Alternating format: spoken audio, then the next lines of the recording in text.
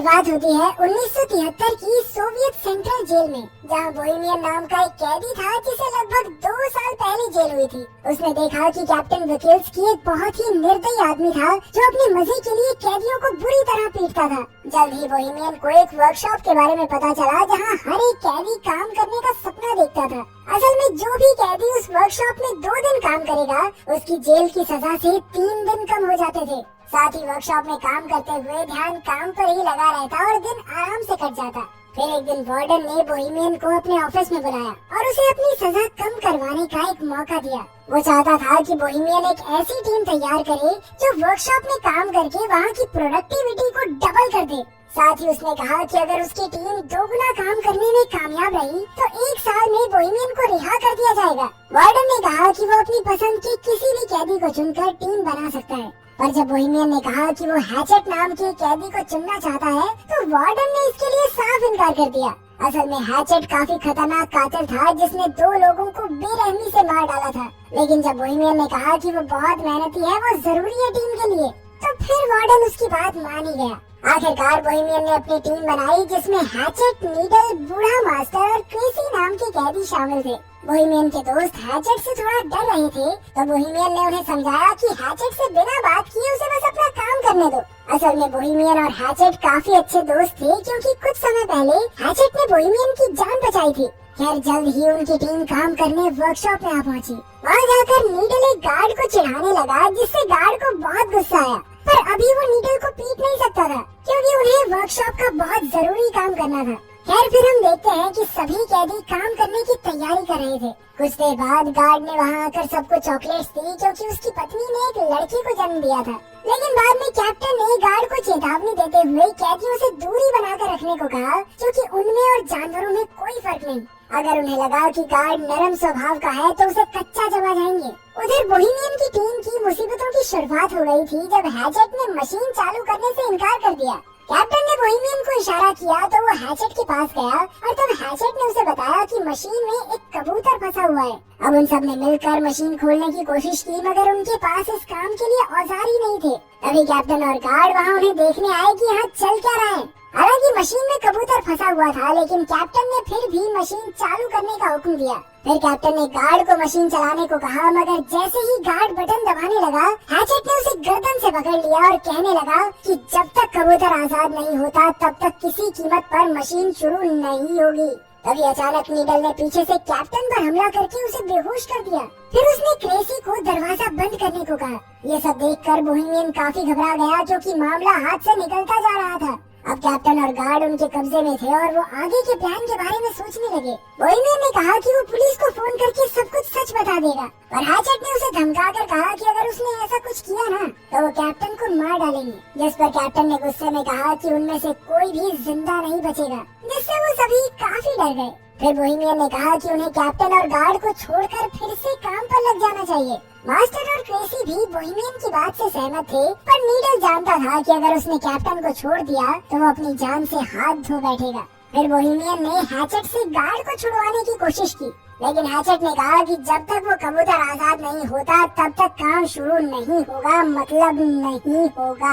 अब बोहेमियन ने फिर से मशीन खोलने की कोशिश की मगर वो नाकामयाब रहा। तब हैचेट ने कहा कि अगर ये कबूतर मारा गया ना तो मैं इस गार्ड को भी मार दूंगा। ये सुनकर कैप्टन हंसकर कहने लगा कि हैचेट एक छोटे से पक्षी के लिए इतना हंगामा क्यों कर रहा है। फिर उसने हैचेट के मरे हुए भाई का मजाक उड़ाना शुरू कर दिया, जिसके बाद हैचेट गुस्से में कैप्टन को मारने दौड़ा मगर फिर बाकी कैदियों ने जैसे तैसे उसे शांत किया। अब बोहेमियन जानता था कि जल्द ही जेल के बाकी गार्ड्स वहाँ आते ही होंगे, इसीलिए उसने प्लान बनाया कि वो कैप्टन और गार्ड्स को रिहा कर देंगे ताकि बदले में वो भी सही सलामत जेल वापस जा सके। खैर कुछ ही देर में गार्ड आकर दरवाजा खटखटाने लगे। तभी कैप्टन ने चिल्लाकर उन्हें सारा हाल बता दिया। बोहेमियन ने दरवाजे पर जाकर अपनी बात कही पर तभी गार्ड्स बाहर से दरवाजे को खोलने लगे। फिर एक गार्ड गाड़ी में बैठकर बाकी गार्ड्स को बुलाने चला गया। उधर बूढ़े मास्टर ने कहा कि वो बाहर जाकर गार्ड से बात करेगा। फिर वो हाथ खड़े करके दरवाजे से बाहर निकला तो एक गार्ड ने उस पर बंदूक तान दी।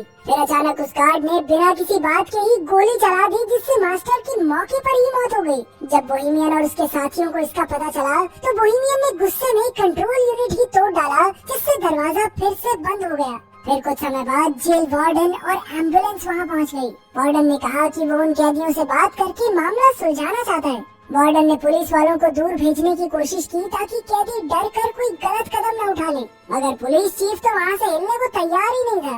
उधर कैदियों की टोली अंदर ही फंसी हुई थी और उन्हें कुछ समझ नहीं आ रहा था कि क्या करें। फिर बोहेमियन ने कैप्टन को पानी पिलाया और कहा कि उन्हें दरवाजा खोलकर खुद को पुलिस के हवाले कर देना चाहिए।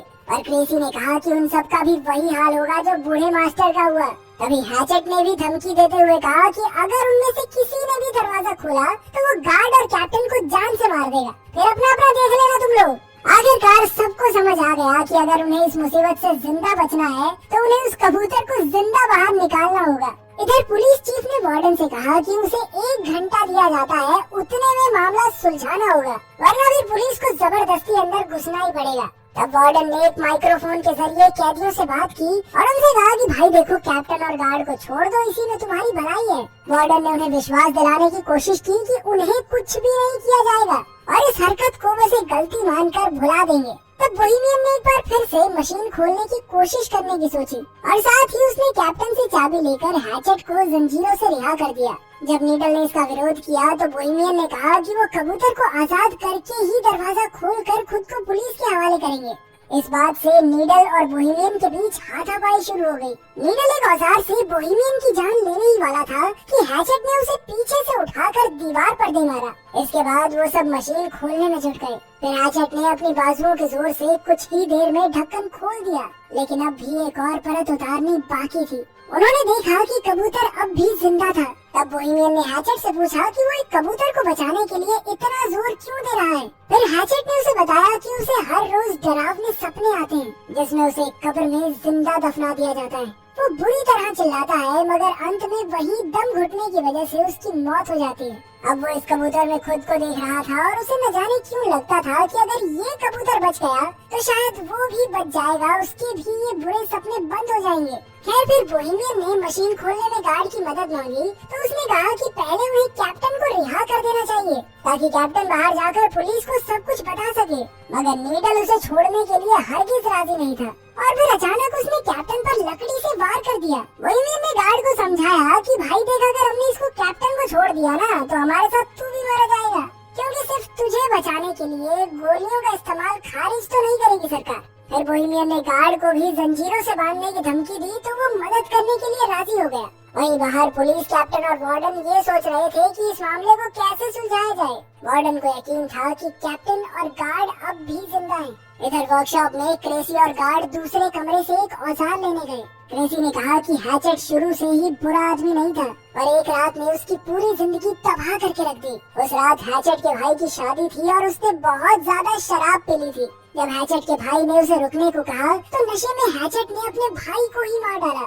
जब उसके पिता ने उसे रोकने की कोशिश की तो हैचेट ने उनकी भी जान ले ली। कुछ देर बाद जब उसे होश आया तो उसने पछतावे में खुद को पुलिस के हवाले कर दिया। खैर फिर सभी कैदी मशीन खोलने की कोशिश में जुट गए। तभी बाहर से वार्डन ने बोहेमियन को बात करने के लिए दरवाजे पर बुलाया। असल में उनकी मोहलत का 1 घंटा बीत चुका था, मगर बोहेमियन ने कहा कि उन्हें कबूतर को जिंदा बाहर निकालने के लिए 1 घंटे का समय तो और लगेगा। फिर वार्डन ने अंदर बंधे हुए कैप्टन से बात की तो उसने कहा कि यहाँ तो कोई कबूतर है ही नहीं और ये कैदी तो बस भागने का मौका ढूंढ रहे हैं। खैर फिर वार्डन ने कहा कि उनके पास कैप्टन और गार्ड को रिहा करने के लिए 60 मिनट और हैं। फिर वार्डन ने बोहेमियन को याद दिलाया कि भाई क्यों पंगा ले रहा है अपनी जिंदगी के साथ। तुझे कहा तो था कि वर्कशॉप का काम पूरा होने पे 1 साल के अंदर रिहा कर देंगे तुझे। लेकिन जब बाकी कैदियों ने ये बात सुनी तो उन्हें बहुत गुस्सा आया, क्योंकि इसका मतलब ये था कि बोहेमियन ने उन्हें अपने फायदे के लिए इस्तेमाल किया था। ये देखकर कैप्टन तो जोर जोर से हंसने लगा और बोहेमियन ने उसे मुक्का मार दिया। फिर वो कैप्टन को रिहा करने लगा तो नीडल ने उसका विरोध किया। तब बोहेमियन ने कहा कि वो सिर्फ कैप्टन को रिहा करेंगे और गार्ड को बंदी बनाकर रखेंगे। फिर जब बोहेमियन कैप्टन को लेकर बाहर आया तो अचानक पुलिस चीफ ने उन पर गोलियां चला दी। अब बोहेमियन तुरंत कैप्टन को वापस अंदर ले आया और मामला फिर बिगड़ गया। उधर बाहर वार्डन ने गुस्से में पुलिस चीफ के मुंह पे मुक्का मारा, पर चीफ ने कहा कि क्या हो गया भाई, उनका समय खत्म हो गया है, बाहर निकालना चाहिए हमारे सोल्जर को। तभी वहाँ एक ट्रक में कई सिपाही आ पहुँचे। वहीं दूसरी ओर सभी कैदी मशीन के ढक्कन में छेद करने में कामयाब रहे। फिर बोहेमियन ने उसमें अपना हाथ डालकर कबूतर को बाहर निकालने की कोशिश की, मगर वो उसके हाथ नहीं लगा। नीडल ने तो ग्राइंडर की मदद से ढक्कन को काटने की भी कोशिश की, लेकिन कोई फायदा नहीं हुआ। आखिरकार उन्होंने एक और छेद करने का फैसला किया, मगर उनके पास जरूरत के औजार नहीं थे। तब बोहेमियन ने कैप्टन से औजारों वाले कमरे की चाबी ले ली। वहीं बाहर सिपाहियों ने वर्कशॉप के ऊपर धावा बोलने की तैयारी कर ली थी। अंदर कैदी वेल्डिंग मशीन से लोहा पिघलाने में लगे थे, मगर उन्हें मशीन चलानी ही नहीं आती थी। तब कैप्टन उनकी मदद के लिए आगे आया। इधर कैप्टन लोहा पिघला रहा था और उधर सिपाहियों ने दरवाजे पर बम फोड़ने की तैयारी कर ली। आखिरकार कैदी मशीन खोलने में कामयाब रहे, मगर वो कबूतर तो वहाँ से उड़ना ही नहीं चाहता था। तभी कैप्टन ने अपनी बंदूक निकालकर कैदियों पर तान दी, लेकिन अचानक हैचेट ने कूदकर उसकी गर्दन पकड़ ली। फिर हैचेट ने उसका सर कुचलकर उसे बेरहमी से मार डाला और ये देखकर गार्ड की तो सिट्टी पिट्टी गुम हो गई। इसके बाद हैचेट ने कबूतर को बाहर निकाला और उसे पानी से साफ किया। तभी अचानक दरवाजे पर जबरदस्त धमाका हुआ और कई सिपाही अंदर घुस आए। सभी कैदी डरकर जमीन पर लेट गए, मगर हैचेट खड़ा हुआ और उसने कबूतर को हवा में उड़ा दिया। तभी पुलिस चीफ ने गोली चलाने का हुक्म दिया और इस वारदात के बाद हैचेट की मौके पर ही मौत हो गई। लेकिन बाकी कैदी जमीन पर लेटे हुए ही कबूतर के आजाद होने की खुशी मनाने लगे। पुलिस चीफ ने उन्हें भी मारने की कोशिश की, मगर पीछे से गार्ड ने उसे रोक दिया। गार्ड ने झूठ कह दिया कि हैचेट ने उन सबको बंदी बना रखा था और इसी वजह से कैदियों को बिना किसी सजा के वापस जेल भेज दिया गया। बोहेमियन और उसकी टीम के लिए हैचेट हीरो बन गया और वहीं कबूतर को आजाद करते ही हैचेट की जिंदगी का मकसद पूरा हो गया और वो चल बसा। तो क्या आपके हिसाब से हैचेट ने सही किया? कमेंट्स में जरूर बताना। मिलते हैं अगली वीडियो में।